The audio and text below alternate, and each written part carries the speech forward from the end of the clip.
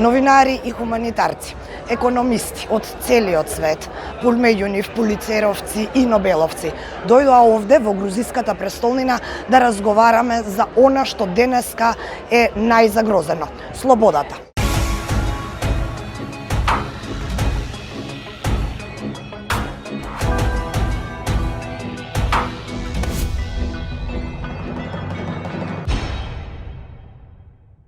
Ако постои место каде што слободата во овој момент е најзагрозена, не само слободата, туку и човечките животи, тоа е појасот Газа, кој веќе некое време е отсечен од светот и тоа буквално отсечен. Ниту еден меѓународен странски новинар не може да влезе во Газа, а дури ни хуманитарците не можат повеќе да ја работат својата работа и да доставуваат помош во овој регион.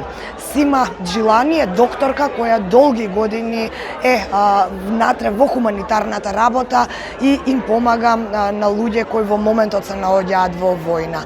Таа има поминато многу време во Босна, за време на југословенската војна и многу време сега во појасот Газа. Во Газа е претешко да се влезе, целата меѓународна јавност е отсечена од овој регион и таа на големо зборуваше овде во Грузија на ЗЕК фестивалот за тоа како може да се помогне на луѓето до кои што воопшто и не може да се стигне.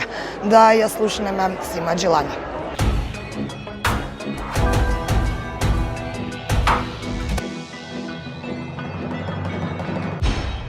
Sima, thank you very much for this interview. Sorry for stealing you from the show. First of all, I have to say you made me cry twice on this event, on this festival. I am thrilled and I am touched by your personal story and both by your work. So I would love to have the opportunity to share your personal story with my viewers. Of course, yeah. But maybe some other time. Now I would really like to ask you about your work in Gaza. You are a doctor and a humanitarian who spends a lot of time in a war zone, and unlike the other war zones, what is happening now in Gaza is beyond what we could imagine. So please tell me first your experience in Gaza, how many times you went there since this war started, and what was the situation when you last visited Gaza? My first time in Gaza was in 2005, prior to Israeli disengagement, so it was still under occupation. My second time in Gaza was 2015, right after the 2014 ground incursion. And then my third time in Gaza was 2023, Christmas Day, all the way through January 8th, 2024. So about 3.5 months after October 7th, during the bombardment and current war. And what I saw there, I have been to war zones from Afghanistan, Syria, Iraq, Lebanon, and nothing compares or could have prepared me for what I saw in Gaza. Especially the amount of children that I saw in particular was exponentially more than I had seen in a typical war zone. In addition, we ran out of pain medicine, morphine. People are doing amputations on children with no pain medicine. I can't think of a worse torture. The doctors there go home, try and find shelter, try and find food, or forcibly, displaced, then come to work. And then there's mass casualty after mass casualty.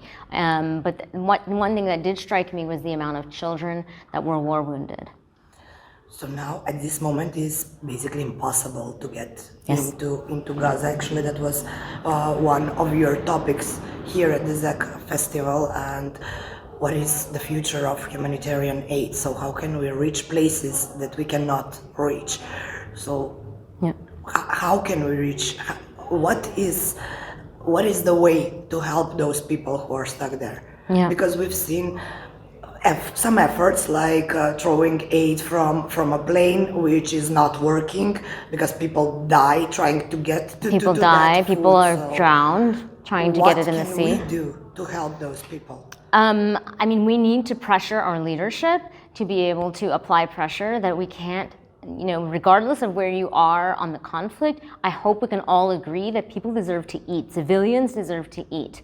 Children deserve to eat. And this is a manufactured, engineered, man-made crisis that is now resulting in famine in a place that didn't have that before. There wasn't food scarcity before this, but because it's simultaneously the most accessible place by land, by sea from the Mediterranean, and by air. And it's simultaneously the most isolated place because no one is allowed to get in or out. And not even a bar of soap there's times that not even a bar of soap, grain, or flour gets in. And we need to be pressuring our leadership to make sure that that happens.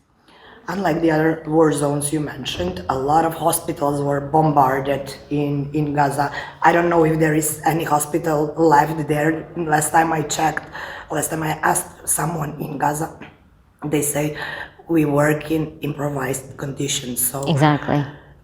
Yeah. Can you explain? I mean, I can't explain. I cannot understand, because here's the other part of that is if we as a society and civilization start accepting this is normal for war, then it is bad for every single other country in the war. Even if you don't care about Gaza, we have to care about the rule of law. We have to say hospitals are safe. There are families that are trying to understand whether to go to a hospital because they might be bombed at the hospital, or whether to let their child have air hunger in an asthma attack. Aside from even the bombardment, there are other diseases. Diabetes didn't go away. Thyroid disease didn't go away. Mental health and illness and bipolar and schizophrenia, they're all still there. So if people can't go to hospitals, it's a staggering failure. Seeing children in these conditions you just explained, like no anesthesia, no medicine, no nothing, and looking at that environment and that atmosphere and children screaming all the time, that is something that affects all of us. We work in the war zone, so we know how it is. But when we see children in that kind of condition, it leaves a really emotional mark on all of us, no matter how strong we are as human beings. How do you cope with that? Any strength I gather, it's from the people that I work with, and the Palestinians or the people in the conflict zones that are relegated to stay there. I, at the end of the day, have a luxury and privilege to leave, but they stay, and it's their life that we're talking about. And also children in particular, yes, it's extremely painful, and it's never natural when a child leaves the world. At the same time, they can also come back and be quite resilient and kind of bounce back a little bit more than adults, and I find that very moving and gratifying and keeps me going. Here on this event, you mentioned that your daughter was also injured during Beirut blast, if I'm not wrong, and she was so little, and you was a mother and a doctor at the same time. So how did that feel? And after that event, did you feel comfortable going back in the war zones? So how that influenced on you personally? After that, did you have a fear or you have bigger motivation? Both. It's an extraordinary question, yes. So yes, I attended to my daughter who was injured and wounded in the Beirut blast, and I both would lullaby her and also medicate her and gave her sedation and oxygen and all the things she needed as her doctor. And I think I definitely took a break for a little while in going to war zones, because it felt a maternal guilt that often happens, as also with society, that you feel guilty that you've put your daughter in a particular position, and also to continue to go to war zones. And then later, my daughter actually was assigned in school this year. She had to do a project on a hero of hers, and she chose me. And so this is motivating for me, just like I'm living by example. I'm showing her that this is how you're supposed to be on this planet, to serve others.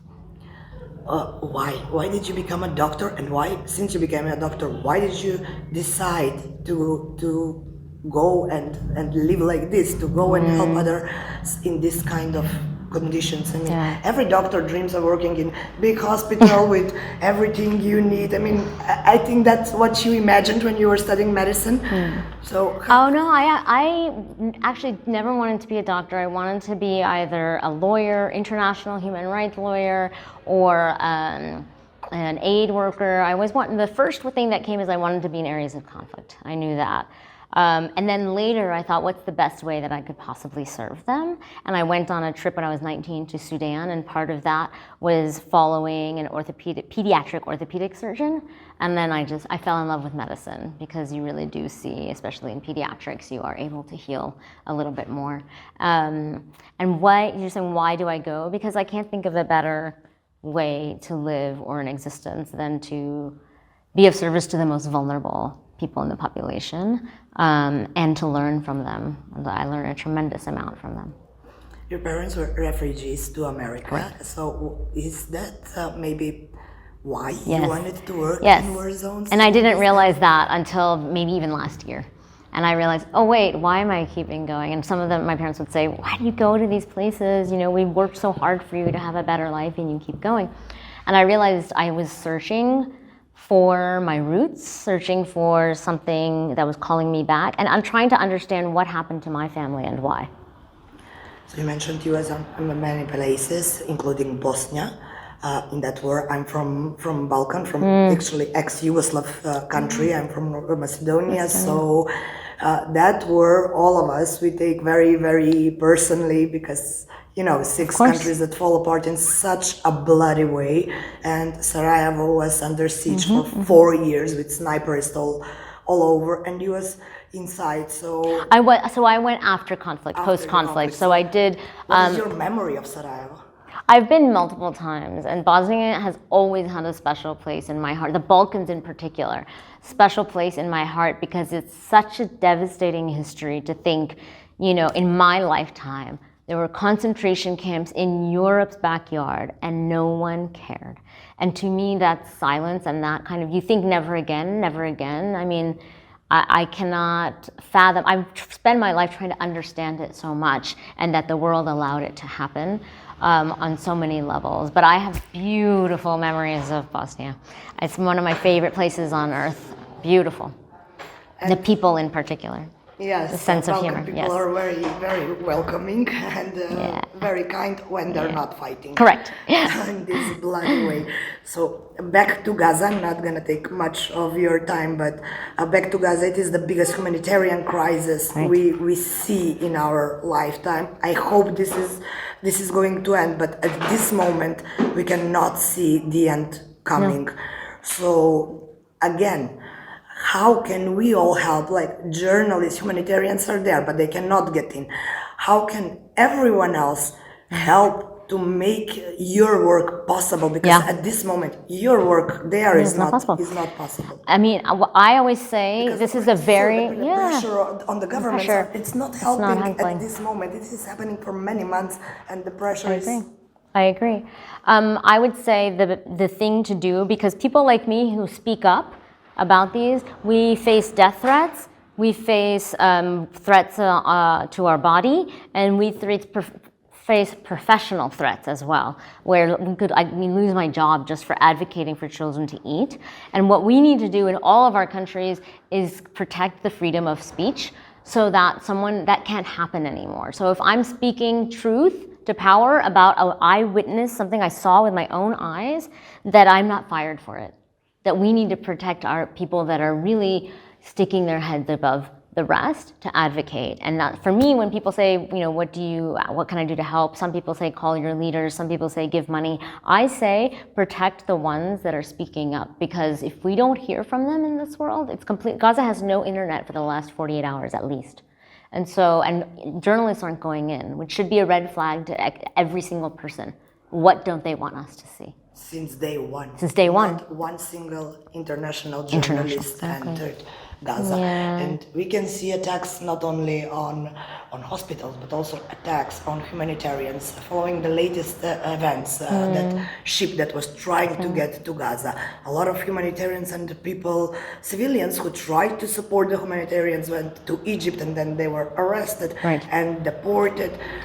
So what is the solution? Because I mean, I don't have a, yeah. It's not just that we don't give humanitarians access to that place, but they get arrested, they get killed. You mentioned the threats, but deportations, arresting. I mean, is this world going to wake up? I'm not a politician. I am a doctor and an aid worker, and I hope that at some point we can all agree that if nothing else, that there are innocent, vulnerable children and women, and yes, innocent, vulnerable men who have done nothing wrong, that deserve better than what the world has given them, which is nothing, and which is in fact less than nothing. It's disgust, disdain, and ignoring them, which I think the Balkans is very familiar with that feeling. So yes, yeah. And in the end, what are your future plans? Are you planning to maybe try to go back to enter Gaza again? I would like to, but for my own, I know my limits as well, and I know, in an effort where my efforts need to be.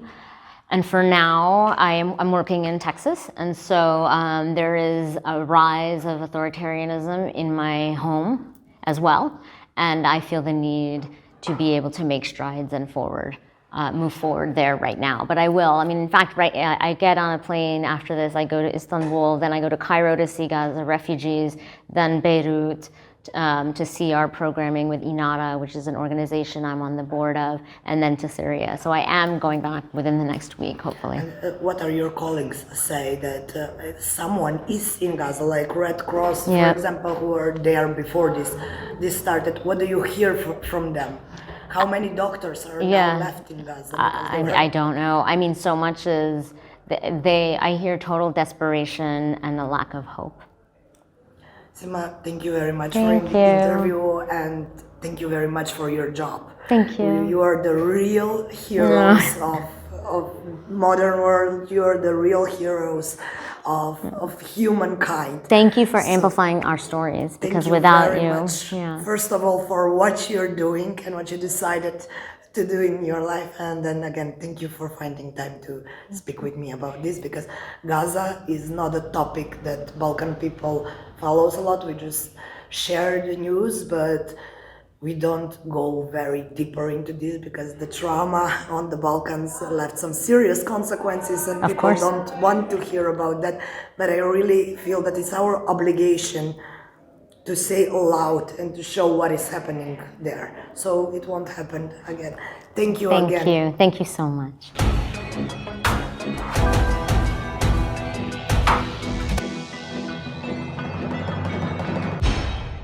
Одовде се селиме во Украина. Разговарам со колегата Мајкл Бјоцјуркив, кој заедно со мене на почетокот на војната беше во Украина. Тој известува и за CNN, и за BBC, за уште неколку меѓународни медиуми, и ја прати војната од самиот почеток. Во моментов живее во Одеса и поразговаравме за тоа каква е состојбата во моментов во Украина, што може да се очекува, но и генерално за пошироката глобална политика, каков импакт ќе има врз моменталните војни кои се случуваат секаде во светот.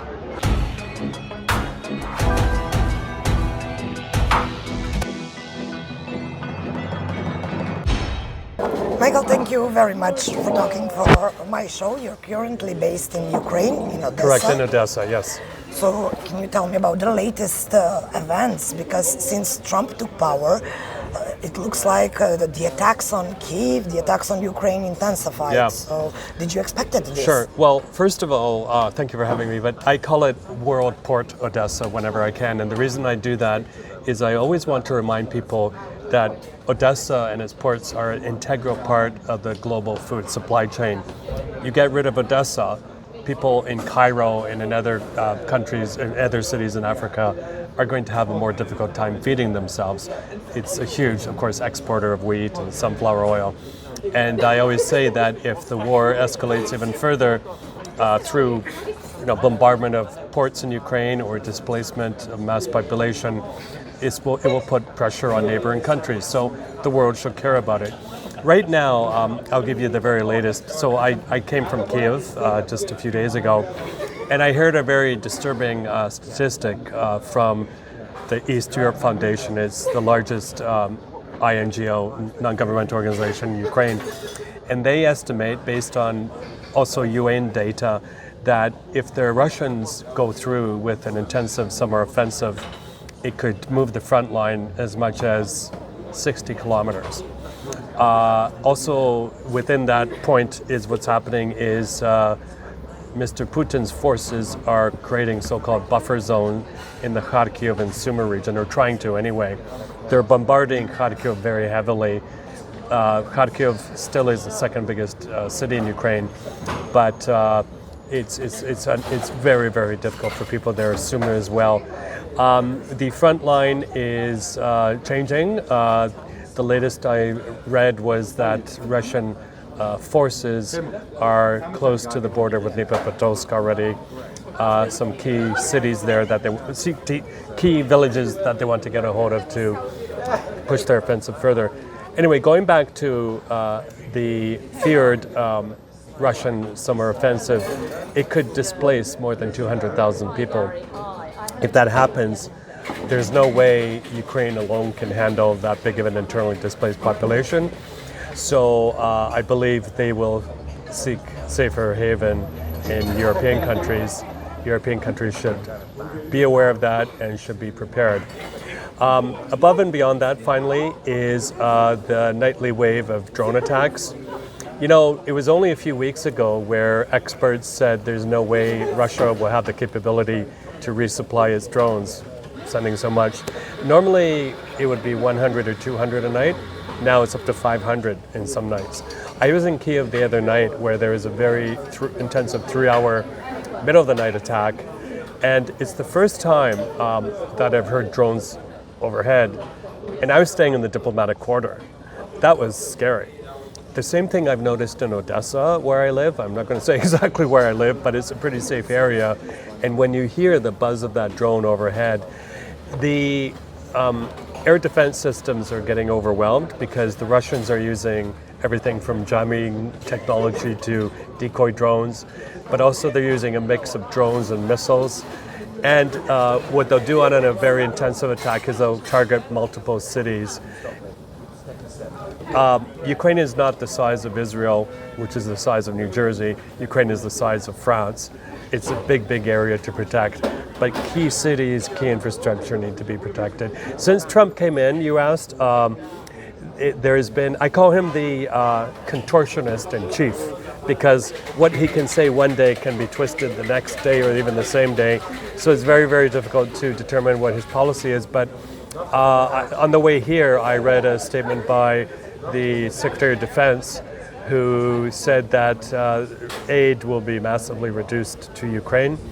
The big concern, of course, are Patriot missiles that are the only ones that can shoot down incoming ballistic missiles, but also intelligence sharing.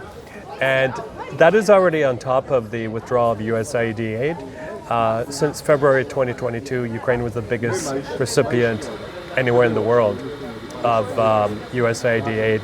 That has caused massive problems across Ukraine. Not in very good shape. Well, Trump basically promised he will resolve this war in 24 hours. It's not just that did not happen, but as I mentioned, the attacks on Ukraine intensified. So is Putin and Russia encouraged by the Trump? Well, I think Trump also promised his wife he wouldn't run again for a second term. Look, I'll go back to the statement he said the other day, which I think was highly irresponsible, is that these are two sides that they should be allowed to fight it out. Let's see who wins. I mean, this is only encouraging Mr. Putin to go further, because there is no statement of deterrence in that saying, Vladimir, if you do this, this is what you're going to pay the price. So Putin doesn't see any downside to intensifying. This is a man who is prepared to sacrifice his own people. He's prepared for, basically Russia is a war economy right now. If the war were to suddenly stop, it would cause a lot of problems for Russia. Their economy right now is basically the size of the Netherlands. It's not big. And I think we're always trying to think, what is the thinking of Mr. Trump? What is his motivation? I think he has this fantasy that if relations between Russia and the United States were to be reset, it would create huge economic benefits for the US. The Russian economy is hardly growing. The Polish economy is growing at many times faster. He should do an economic deal with Poland. So, I've said this many, many times, is that at the moment we're in a very dangerous phase because there are no solid red lines being enforced by the United States. There are only gray lines. Autocrats like Mr. Putin love that because this is a void where he can press forward, and see how far he can go. Now, having said that, there is a glimmer of hope, if you can call it that. What we saw in the past few days of Ukraine doing multiple simultaneous strikes on Russian airfields where strategic bombers are located, what we saw with the third attack on the Kerch Bridge, what we saw last summer with Ukraine's audacious invasion of the Kursk region, this is amazing. And I said just the other day on one of the bigger networks, I said, not everything here meets the eye. There's something strange going on. And I don't think I'm exaggerating where I suspect that we know there's incompetence and corruption within the Russian armed forces, but I think within the intelligence services to allow the Ukrainians basically to stroll over the border and take over Russian territory the first time since, I think, World War II is unthinkable. Probably a mix of incompetence, but also maybe even insubordination. People looking the other way and allowing this to happen. If that is the case, and I'm right, that creates very, very big problems for Mr. Putin. And I wouldn't be surprised if his paranoia has shot way up, especially after these multiple attacks on the airfields. That is why he had to bring in a human shield for the Victory Day parade in the form of Xi Jinping from China. Yes. So what is your assessment about the end of the war? There was in between some kind of agreement between United States and Ukraine about the rare minerals or the resources. So what do you think about that agreement, and how can that agreement influence in ending the war? I haven't heard any Ukrainian even talk about that agreement. You're the first one to bring it up in weeks. It's something that came and went, and it's not an agreement. It's basically a memorandum of understanding. If you read it, both parties have agreed to do this, and this. For it to be fully implemented, Kira Rudik, the head of the Halos party, said that it would take, in her words, tectonic changes in Ukrainian legislation for this to happen. Mr. Trump has this fantasy that if you put American contractors in Ukraine, it will be like a human shield for Russia. I don't think so. The problem right now is that Ukraine is insisting on at least a 30-day ceasefire for proper talks to happen. Russia is saying, no, we want this, this, and this, and then we can talk about ceasefire. The problem with Russia's this, and this, their list of demands, is unacceptable to any Ukrainian president. They include full control of the 4 oblasts it only partially controls, Donetsk, Luhansk, Zaporizhzhia, and Kherson.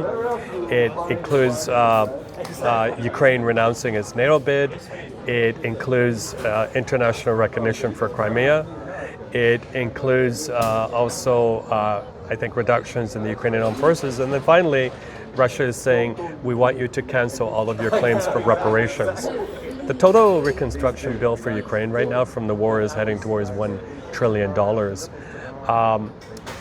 Related to that is, I think, what the EU should do, and I think the EU is a collection of some of the most incompetent bureaucrats and leaders the world has seen, but I think what they should do is grow the, I have to watch my language, anyway, grow the fortitude to say, okay, Russia, you don't want to pay reparations, we're going to take that $300 billion in frozen assets, the principal, not the interest is being partially used, to put in a Ukraine reconstruction fund and to help Ukraine buy weapons.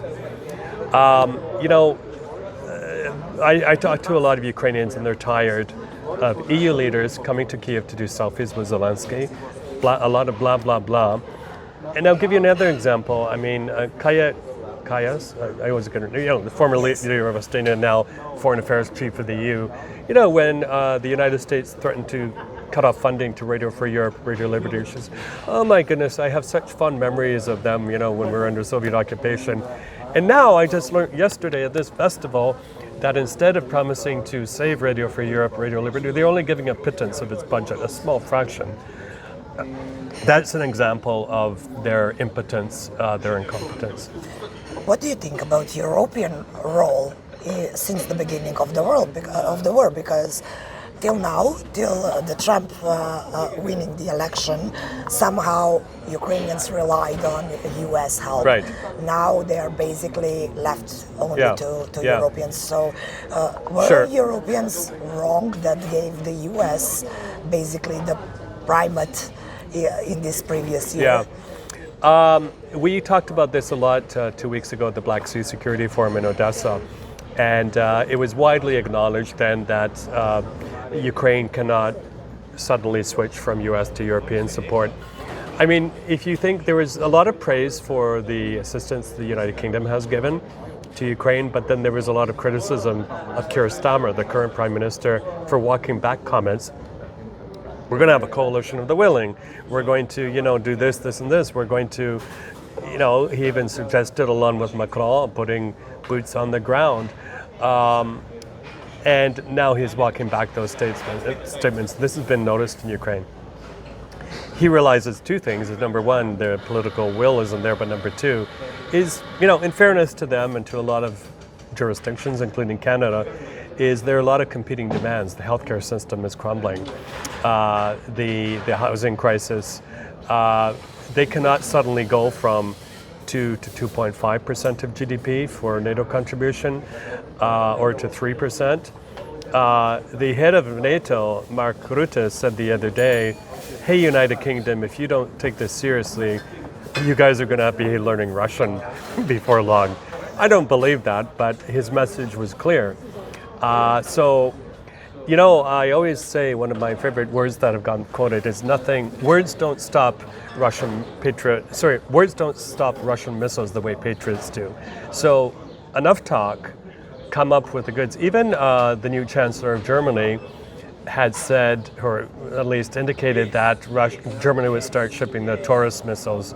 These are very, very smart missiles that Ukraine needs and wants. And now that's been walked back a little bit because he's a coalition leader. He doesn't have the political support. Zelensky and him did make a quiet agreement. We don't know the details too, but it does include more assistance to Ukraine to do domestic production.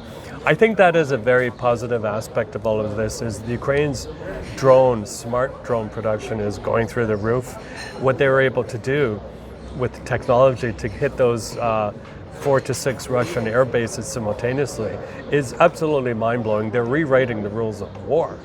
A lot of other countries are watching this. We're heading towards a new phase of our lives where wars are going to be fought less with bullets and tanks, but more with modern technology. So on that sense, Ukraine is getting into a stronger footing, but it also has problems on the front line, lack of men. A lot of those who are fighting have been there since the start of the war. They're of advanced age. And Mr. Zelensky, I don't think, feels he has the domestic support to do a wider mobilization. So at the end, I have to ask about the global context, because you have experience also with the Middle East. Yeah. Working in Gaza, Afghanistan, a lot of those countries. So we are living in very, very weird times. We did not expect that a lot of wars will be raging around the world. So where are we going, and what do you expect to happen? I mean, we have 2 big wars raging, and we have from time to time some other country, like another threats for a war, for example, India, Pakistan. Right. We had that as well. So where is this world going? Yeah. And what is, and just yesterday, we had a huge attacks, another war basically between Israel and Iran. So of course, which the United States said they didn't know would happen. Yes. Well, So I think we should prepare for the worst, but hope for the best. You mentioned India and Pakistan. I seriously believe that and I was in a briefing with diplomats, closed-door briefing with diplomats the other day in Kiev, and they all nodded when I said this, is that if the U.S. was still playing the role of global policeman, that escalation between India and Pakistan would have never happened. I think the U.S. would have stepped in and said, hey, boys and girls, stop it. We're going to come in and mediate. That was a very, it goes to show how tensions that exist, which are beneath the surface, can suddenly erupt. What is happening with Iran right now is very, very scary. Tel Aviv, Jerusalem were both hit last night. Airspace closed all over the place. Again, the immediate response from the Trump administration was, well, we didn't know about this. Well, Netanyahu is someone who is a desperate man. He's very unpredictable. I think he's a dangerous man. A lot of his actions right now is to just take away attention from himself, to delay his trial and possible imprisonment. And this is not only me saying this. I was in Israel a few weeks after the Hamas attack, and I had a lot of Israelis telling me he's personally responsible for what happened. He needs to be held to account. But he's a rogue leader who wants to cut off the legs of the Iranian regime. Now, they do support Hamas. They do support the Houthi rebels, Hezbollah in Lebanon. It's they have proxies that have a lot of weaponry. I mean, God forbid that Hezbollah should unleash their huge stockpile of weapons onto Israel. Look where this is going to go. We're in a very, very precarious moment right now. But like that, India, Pakistan, Ukraine, if you no longer have the United States as the world enforcer of the rules-based international order, it's in big, where I posted this yesterday, it feels like we're in free fall. Let's hope that they come to their senses, but what happened in Iran was very, very interesting. There was even Israeli video going around of Israeli commandos on the ground there. I do believe that, like the Ukrainians are suspected to have operatives in Russia to pull off what they did, the Israelis probably have that too in Iran. The assassinations that have happened over the past year or two just couldn't happen. Informers, things like that. But what we're also saying is there's a limit to the Iron Dome technology. I do have friends in Israel, and I read their daily posts, and they're very, very fearful. It reminds me sometimes of what's happening in Ukraine, where you're in the bomb shelters a few times every day. You don't know if your kid could go to school and make it back safely. It's really, really changing things. And I think Netanyahu, who lives in a bubble, doesn't understand this, and this could come back to haunt him. And then the other thing is, imagine the remaining hostages, Israeli hostages in Gaza, even if they're still alive, what Hamas may do in retaliation for this. The families are very, very worried, as they should be. Yeah, so when do you expect this war to end, or do you expect it to have even bigger escalation? Because we keep talking like unofficially off the record about World War III. Yeah. So are we on the edge of World War III? Well, one of the fears in the past while has been the retaliation that we can expect from Putin in regards to that multiple Ukrainian attack on the Russian air bases. There is heightened fears that he might use tactical nuclear weapons. If that were to happen, and if we are to believe NATO leaders, the response will be huge. We have to remind people that tactical nuclear weapons are used in a very small area, but it's the precedent that is set. We have heard from European leaders that the Russian army bases will be decimated all at once. But what I fear right now, like I was saying earlier, is there's not much deterrent. And I think Putin is unhinged. I think there are other world leaders who have access to very scary weaponry that are also unhinged. I do like to think that the reason Mr. Putin has not yet used tactical nuclear weapons is because China told him not to do it. They realize how this could get out of control. But that raises another point, is we are seeing a shift in kind of the major influencers of the world. Is it shifting from Washington to Beijing, to Riyadh, to Delhi? Are they going to be the new kind of enforcers of the rule of law? I don't know. But we see what's happening in Asia Pacific. China is taking a much more engagement where the US is withdrawing or not present elsewhere in Africa. So that's, I think, what we can, it's sad to say, our best hope right now. Thank you very much. You're most welcome.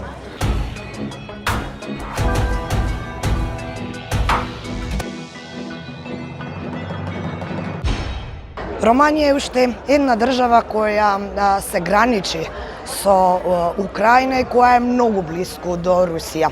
И тие имаа скандалозен избор за претседател кој потоа беше поништен од Уставниот суд.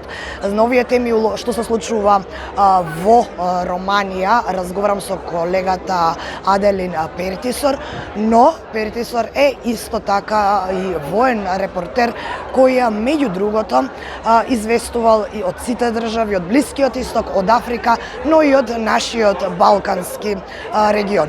Тој бил и во Србија, и во Косово за време на конфликтот и имал прилика да направи интервју и со Аркан. Предлагам да го слушнеме и тоа интервју, односно да го пренесеме малку неговото искуство од неговата долгогодишна работа.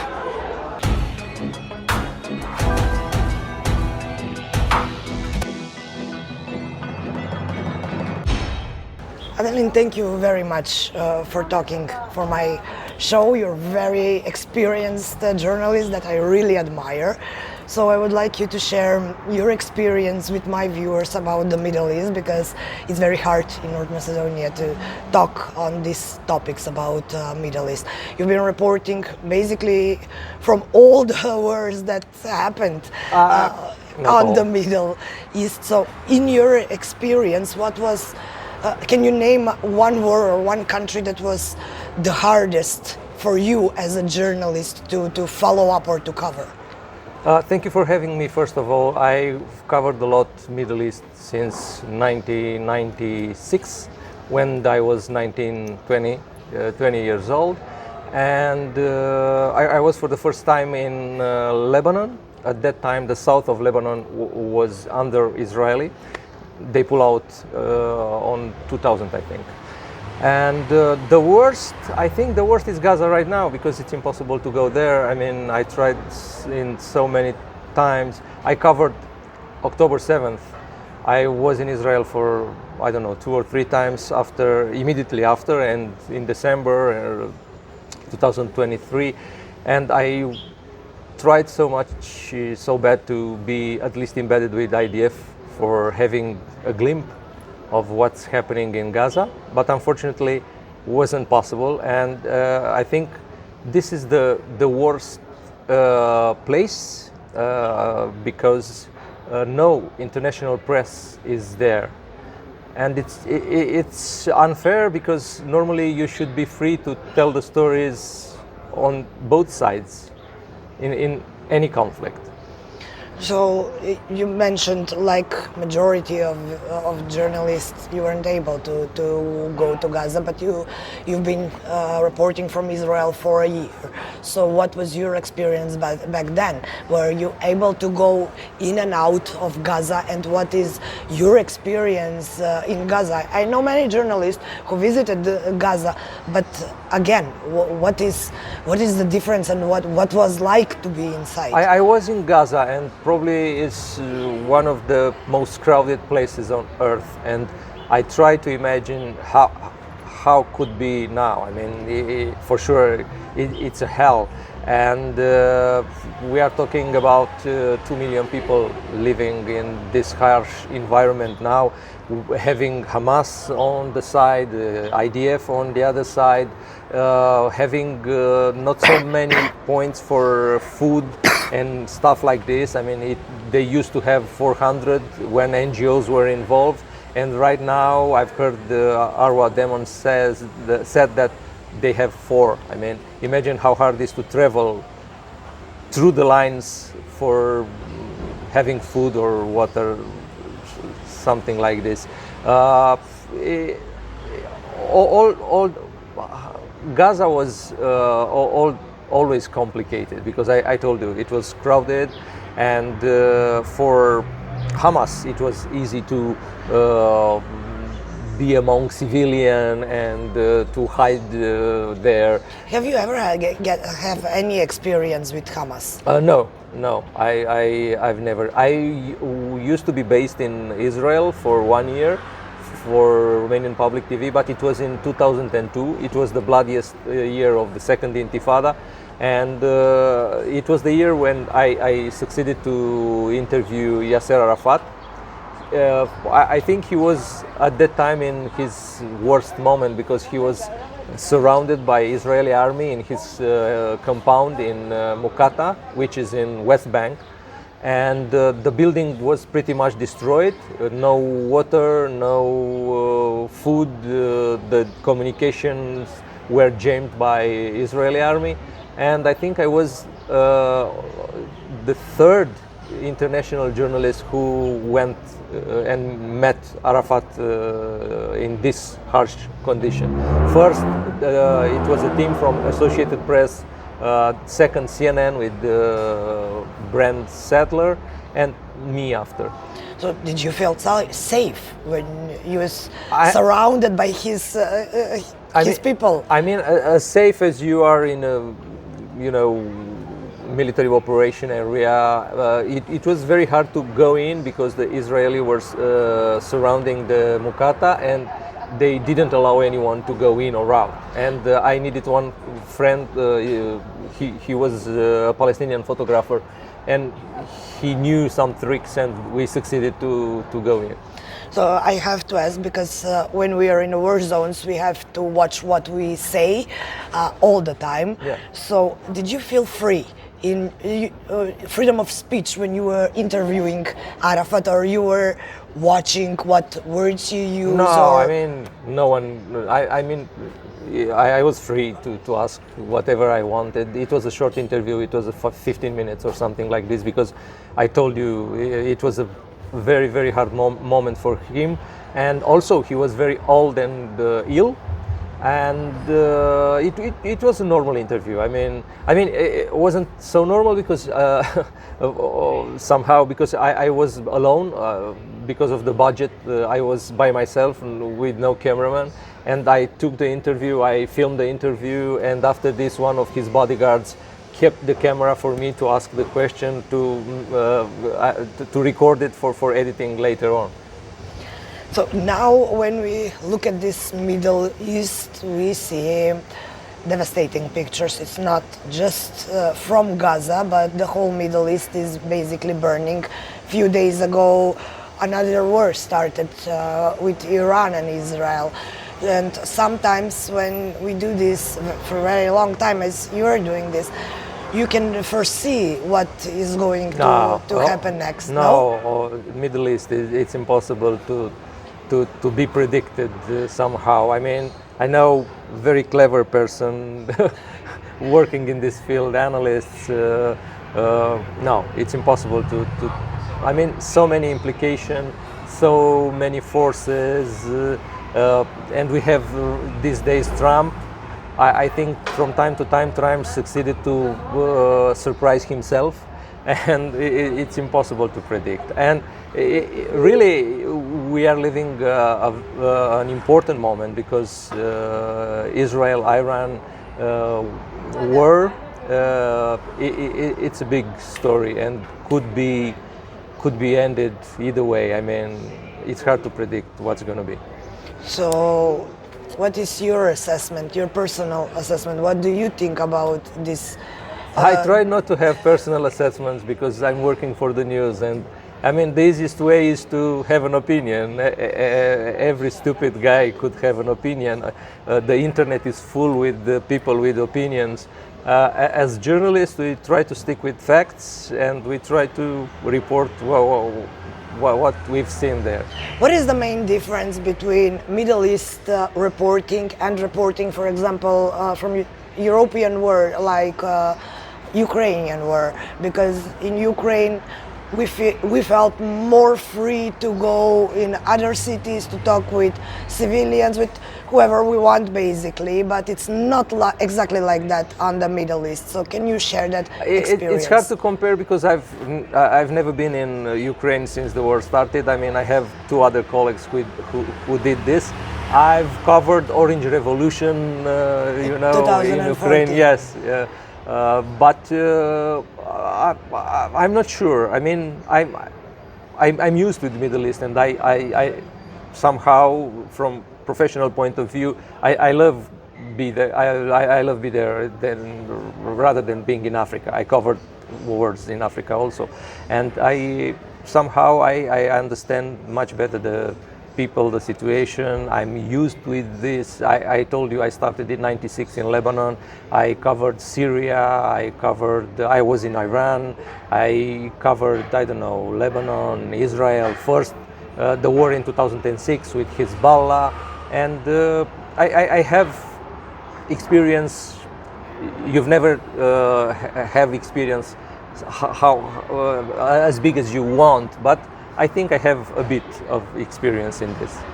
It's never safe and simple to report from this kind of places, especially now, not when there are a lot of terrorist group or proxy groups fighting. So what was the most dangerous moment in your career? When and where did you feel most threatened? The journalists, the war correspondents are not heroes. They don't have capes and stuff like this. I don't see things like this. I think an war correspondent is one of the laziest journalists because they are. I mean, it's so easy to pick up stories from a war zone.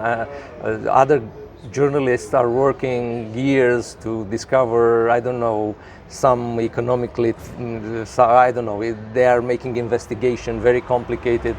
For us, it's very simple because we'll go there and we are surrounded by guns, stories and bombs. Yeah. But from professional point of view, I think is the easiest niche of journalism because it's easy to pick up stories. I mean, every story in a war zone, it's a big and very powerful story because, a lot of emotion, a lot of people living in desperation, without food.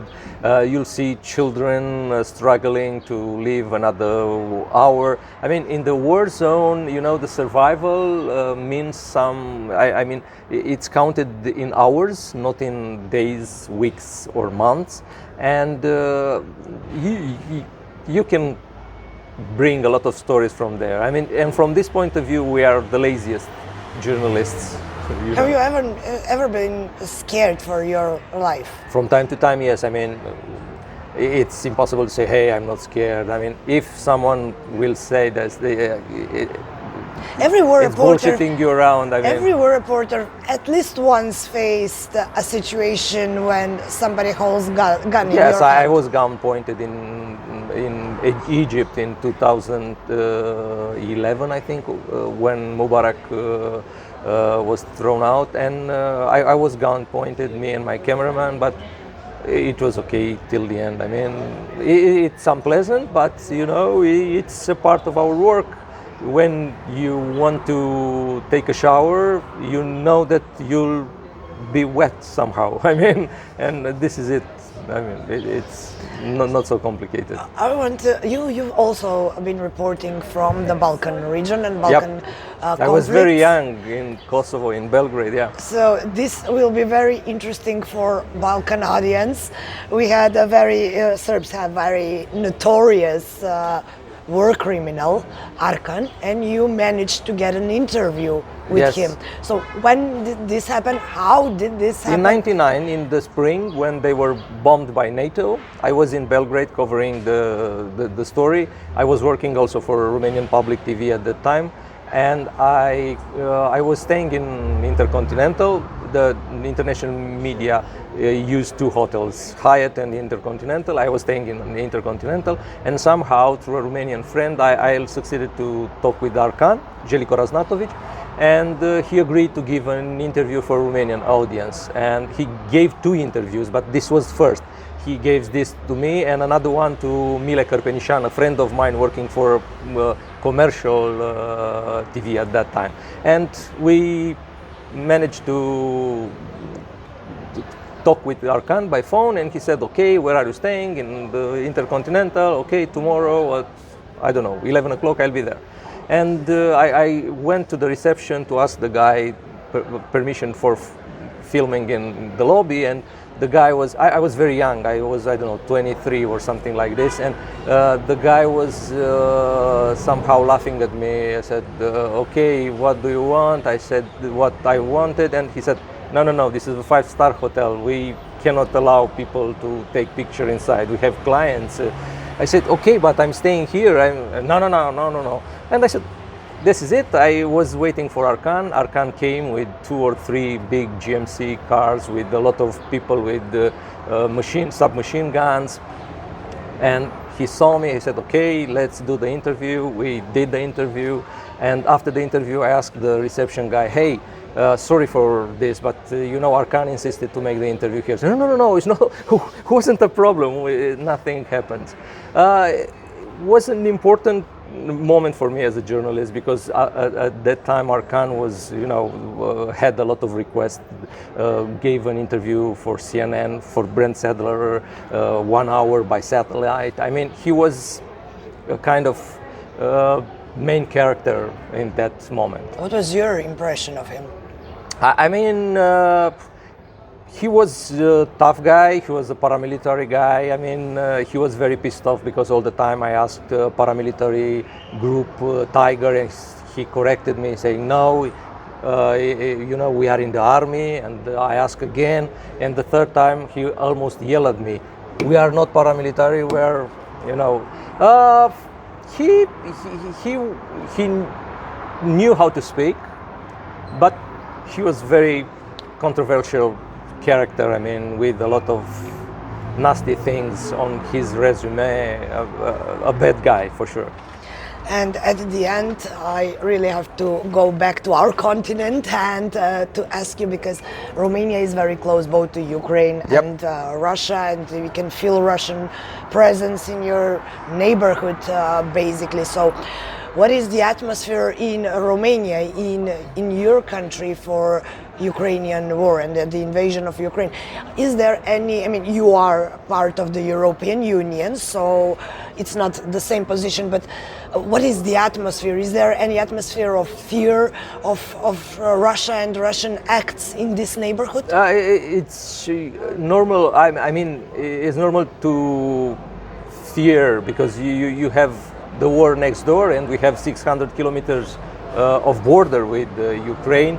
We have a big Romanian community in Ukraine, and of course a lot of people are worrying. And I mean, the main idea was that Romania helped a lot Ukraine. We gave one Patriot system, anti-missile Patriot system, and I think for Romania it's very important that Ukraine not to be defeated, because Ukraine is a safe guardian for Moldova. And we have a lot of Romanian citizens in Moldova. I think around 1 million Moldavians are Romanian citizens. They have Romanian passports also.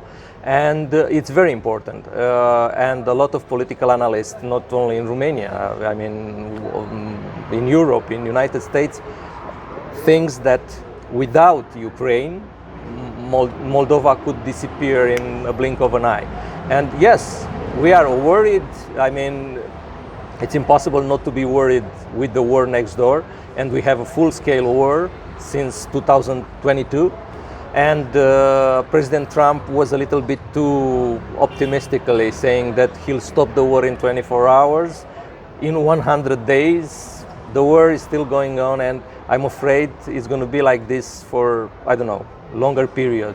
I mean, his negotiation with Putin seems to be strange. I mean, he gave up a lot to Putin before starting negotiation, which is crazy. I mean, I don't understand this kind of negotiation. Anyway, we are relying on United States. You are in NATO also, and all the Europe are relying on United States because they have big presence in Europe. They have nuclear deterrence. They have nuclear umbrella for us in Europe, and they have around 100,000 military in Europe. And let's see. I mean, it's a complicated period. And what is Romanian public opinion about some European leaders who are close to Vladimir Putin? For example, Orban. Was the only politician who went to Moscow, and that was not very well accepted from the rest of the European Union. So what are Romanians saying to this? Not only him, the Prime Minister, Slovak Prime Minister, did things like this. And you're close to both of these countries. Yeah, but we have good ties with Budapest. We have big Hungarian community, Romanian Hungarian community, and the relations are very good between Bucharest and Budapest. Of course, Orban is playing different than the rest of EU, and it's not easy. It's not easy for EU because he can block a lot of things. He could do this in the future also, but somehow, for sure, our leaders should find a solution to work because look, in this period it was hard, but Europeans somehow find a solution to help Ukraine military, to give military assistance. Of course, it's very important to have United States backing up Ukraine because they are powerful, they have big industry, but I think somehow Europeans succeeded to pull them together and to do something, because if Ukraine is safe, the Europe is safe. I don't think Russia will stop after Ukraine. I mean, I saw a lot of reports from Germany, from UK, that in 3 to 5 years Russia could, attack even a NATO member. You mentioned Moldova. They have a problem also with this region called Transnistria. Yeah. So now Moldova is so tiny. I told you, without Ukraine, could disappear in a blink of an eye. So they also had protests and problems with this Russian population living in Transnistria region. So is there any possibility of new conflict in this small piece of land? Russia has a lot of frozen conflicts. Even here in Georgia, we are talking in Georgia. I mean, they have so many conflicts, and these frozen conflicts could immediately be used by Russia somehow, and no one knows. But for sure, Putin will play hard next year. They tried to influence your elections, and the judiciary system actually stood up and dismissed that election cycle. So cancelled it completely. Constitutional court, yeah. So what do you think about Russian influence in Romania, and how can one country actually defend itself from this influence? We call it now hybrid war. Yeah, we are in a hybrid war. Our president said this, our new president, the newly elected, said that we are in a hybrid because war. Putin has a lot of supporters in some of these countries. It's hard in Europe. You can find problem in any society, and of course, Russian propaganda is working everywhere to make from tiny holes big caves in societies. I mean, they are fighting a lot, the Russians, to determine people to mistrust their own institution, their own authorities. It's hard in this hybrid war. It's hard to say how big portion is Russian propaganda and how is covered by useful idiots, because all of us, we have back home useful idiots, and they are playing for nothing with Russian propaganda. It was hard. I mean, I don't think any democracy is happy cancelling an election, but I think canceling an election is a wound for a democracy. But I'm wondering, somehow, it's a rhetorical question, it's better to have scars after this wound or your democracy being killed? I mean, I don't know, I'm a journalist, I expect, even now, more clarification from our authorities, because when they canceled the election, they declassified a 6-page document signed by the biggest Romanian secret service, Serviciul Român de Informații, and there we've been told that more than 25,000 accounts were working on TikTok for pushing this guy, Călin Georgescu,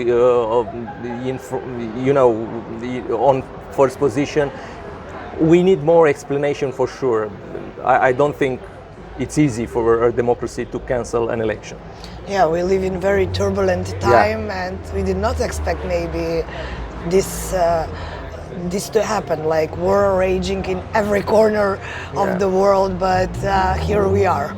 Adeline, thank you very much for this talk. As I said at the beginning, I really appreciate your experience. You're one of the greatest journalists in our wider Balkan. You're so nice. You are so nice. Region. You are so nice. So thank you very much. Thank you. Thank you.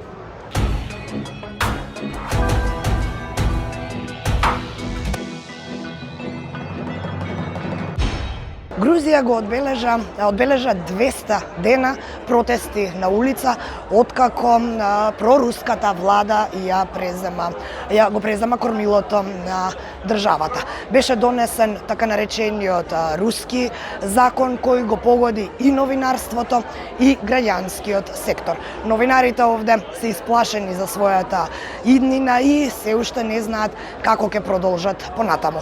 На овие теми разговарам со мојот колега Георги Ломсадзе одовде од Грузија, кој е најзасегнат од она што се случува во моментот овде.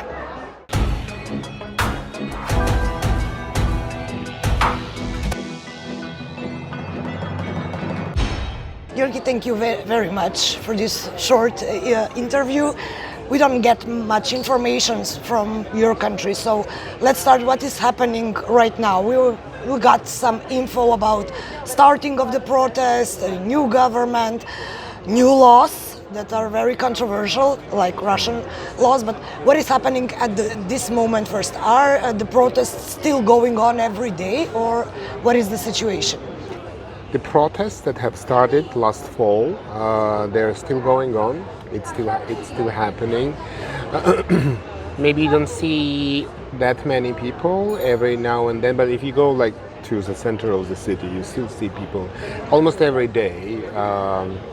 We have, pretty much every day we have protests, but they change in size. Sometimes they swell, sometimes we have less people. So it's what we call it has been like an incessant process, like demonstrations from day one since it all started. The scale of it is slightly smaller because it's harder. I mean, the government has been really going for the protesters. A lot of people are arrested.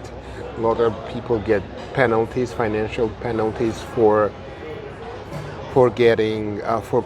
closing the traffic, and so the government is making it harder and harder to process. Our beyond like arrests and penalties that we have, our laws are becoming stricter and stricter as far as protests go. So the fight is going on, but it's unclear where we are headed still. So do you feel that these protests bring any change at all? Hopefully in the long term. I think the government here is still afraid of protests. They're afraid of things getting out of hand.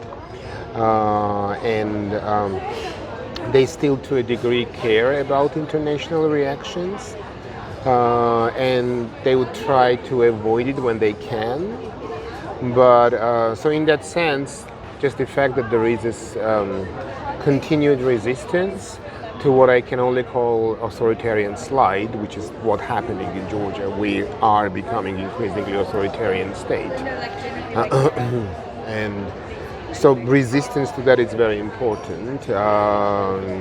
If we don't resist, then what we're going to do, it means going along and becoming, I just was saying in the top, we used to be called an aspiring democracy, and now we are an aspiring autocracy. We're not quite there yet, but that's where the government wants to take us. So they make it very hard to protest, they make it very hard to resist and criticize government. There are different kind of repressive laws that are coming from different directions to make it very hard. They close the room for political dissent. So the journalism is under attack in every authoritarian regime or any government who is not acting really democratic in a democratic way. So you have this, we call it Russian law. That was the popular name of this law that targets journalists and NGO sector as foreign agents. So how is like to be a journalist nowadays in Georgia, and what is the impact on maybe smaller media or media who get funds from abroad, who works on a project that gets funds from abroad? Well, it's getting very difficult for everyone. As you just said, the best outlets, news outlets that we have, the most independent media and highest quality media outlets that we have are funded by international donors. So they are, of course, targeted by this law. Everyone is pretty much required to register as a foreign agent if you get any kind of funds from abroad. And when you say foreign agent, I'm pretty sure it's probably similar in Romanian, but in Georgian sense it primarily means a spy. That's from a Soviet holdover from Soviet times. Yes, everywhere like, foreign agent means yeah, spy. It means like, but in the US context you still say like in terms of someone foreign agent don't necessarily means it's like a company based abroad. They use word agent more liberally than we do. Yes. And so most people are resisting, they refuse to register, and that means that they will probably get penalties or prison or both, who knows. But we are just at that stage when those laws are coming into effect, and we will see how far-reaching it's going to be. The ruling party here made no secret about who they want to target first. So it's pretty much watchdogs, critical media, and so based on their own sort of rhetoric, we are expecting a big impact. We expect civil society in general, not just media, but journalists as part of it, to bear the brunt of the attack on civil liberties pretty much here. What happens when you register as foreign agent? It is basically, as you mentioned, acknowledgement that you are a spy and you would not like that. So what happens with journalists who get registered? Well, most of us intend to resist, that we don't want to register. We will probably have lawsuits or I don't know, maybe I'll be in prison tomorrow, I don't know. We're yet to see. We already have, for different grounds, but we already have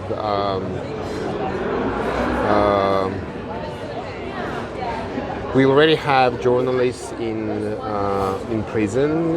We already seen during demonstrations how lots of journalists were attacked. It felt like they were targeted by police and they were beaten brutally in police custody, in riot police custody. They were beaten, and so that experience gives us very little hope about the future, because I expect from the governing party that made no qualms about attacking, beating journalists, while they were doing their job.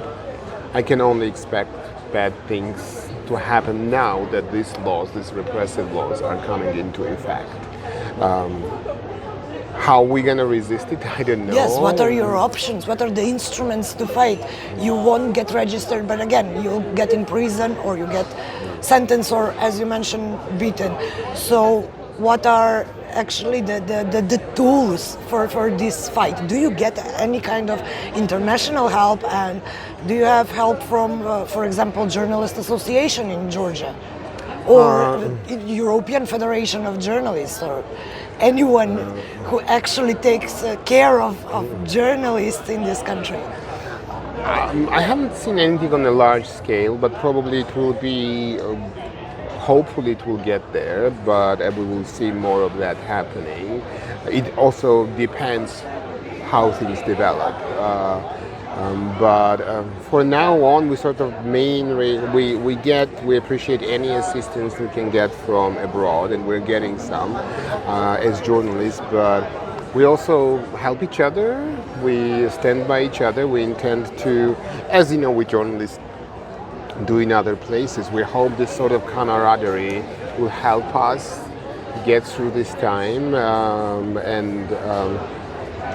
so like we don't have any particular mechanism for now. I think things will be evolving together with the threats, but yeah, I don't know, it's a battle. It will be changing forms tomorrow. So far we mostly have ourselves, we have our people in our profession to stand up for each other and fight together. So it's an unfortunate thing, it's an unfortunate situation to be in, because I always considered myself a journalist. I'm not a fighter, I'm not an activist.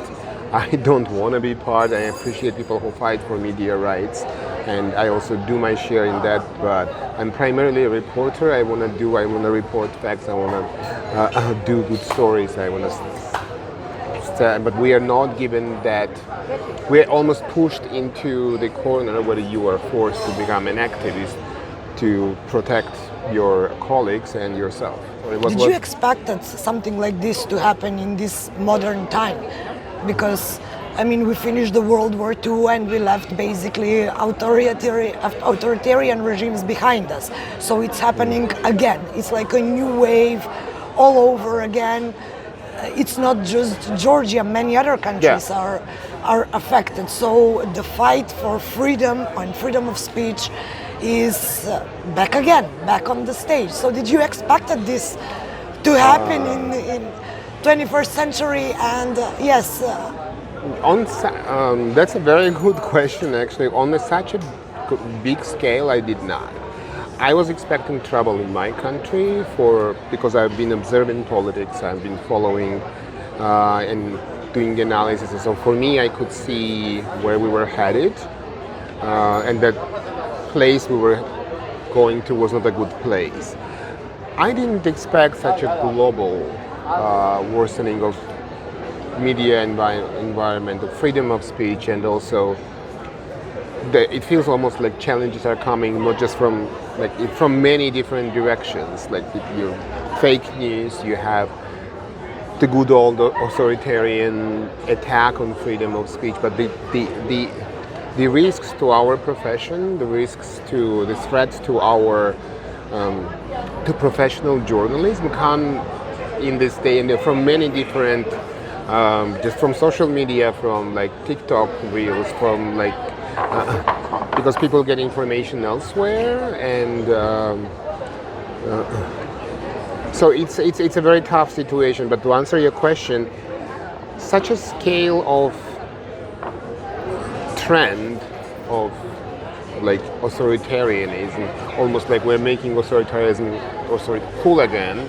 I didn't expect that. I didn't see that happening, at least not in the places who felt we're way past that stage, that we've seen it, we've done it. It's not a good place. We won't repeat it again. We won't repeat it. We moved ahead. Like for younger democracies or like aspiring democracies, you understand that things are more fragile, but to see it in far more established democracies, and when you see that lots of people are full by what's happening and are willing to go along with that, because whatever grievances they have, that is disheartening. I didn't see that coming, not on such scale. So I have to ask about the Russian influence. Is there Russian influence in this process, or is it just Georgian party who wants to get closer to Russia? So which one is it? It could be both. You know, I'm a man of facts, so I like to have hard facts when we discuss something. When I say something, but some people in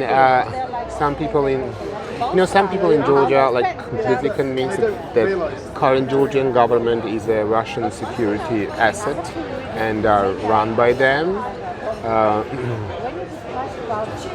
To me, it almost doesn't matter if we just have our own authoritarian government or it's being imposed upon us by Russia or a foreign power, because the result is all the same.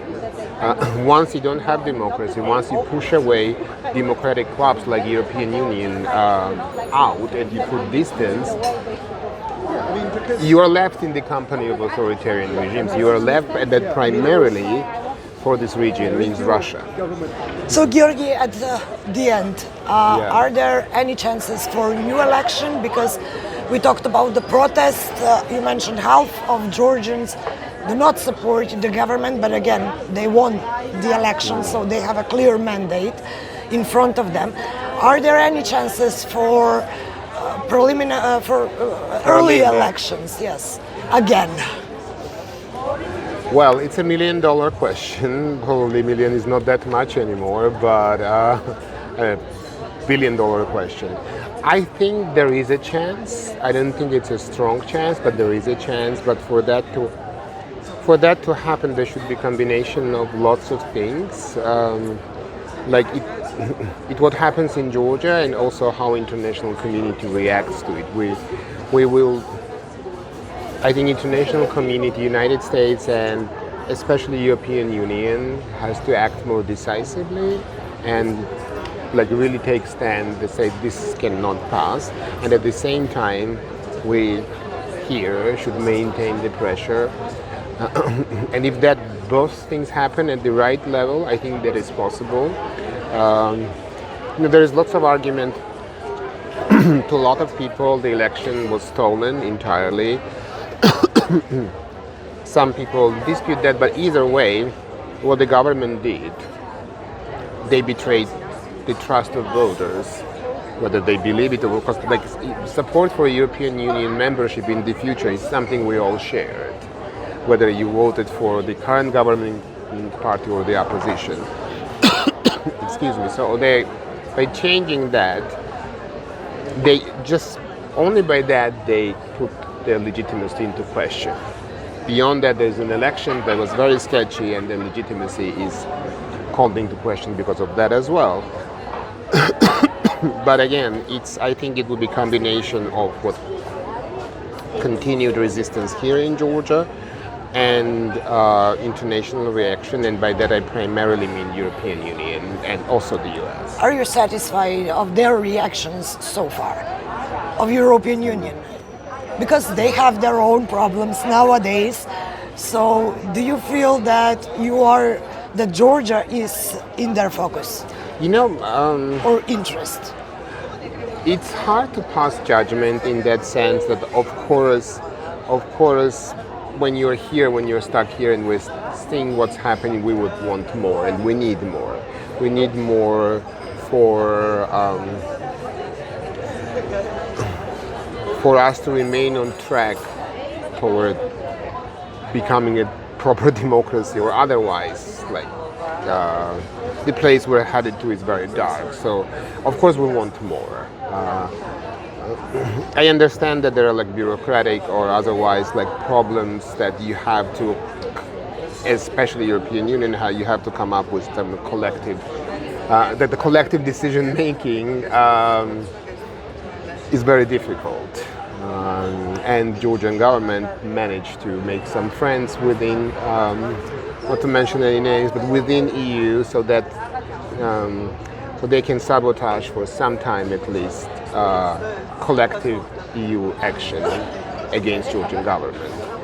But I think that would be critical. I won't be like passing judgment. I want EU to do more, of course, but I understand the limitations. I have to say that to the credit of diplomats and representations, to the diplomats and diplomatic representatives here in Georgia, they've been speaking out, they've been taking stand publicly, and their support means a lot. And I give full credit to them, but I think we need more practical steps to stop this from getting worse at very least. And to make things better, we need even more. It's like, Alice in Wonderland. Here you have to do all the running to stay in one place. To move ahead, you have to run twice as fast. So that's the situation where we are at right now. Jyrki, thank you very much for this interview and good luck with your fight. Thank you. Because it's a very, very important fight. I still consider that journalism and free press is baseline for democracy. So good luck with your fight for basic democratic rights and for the freedom of speech, which is so important. Thank you again. Thank you very much. Thank you.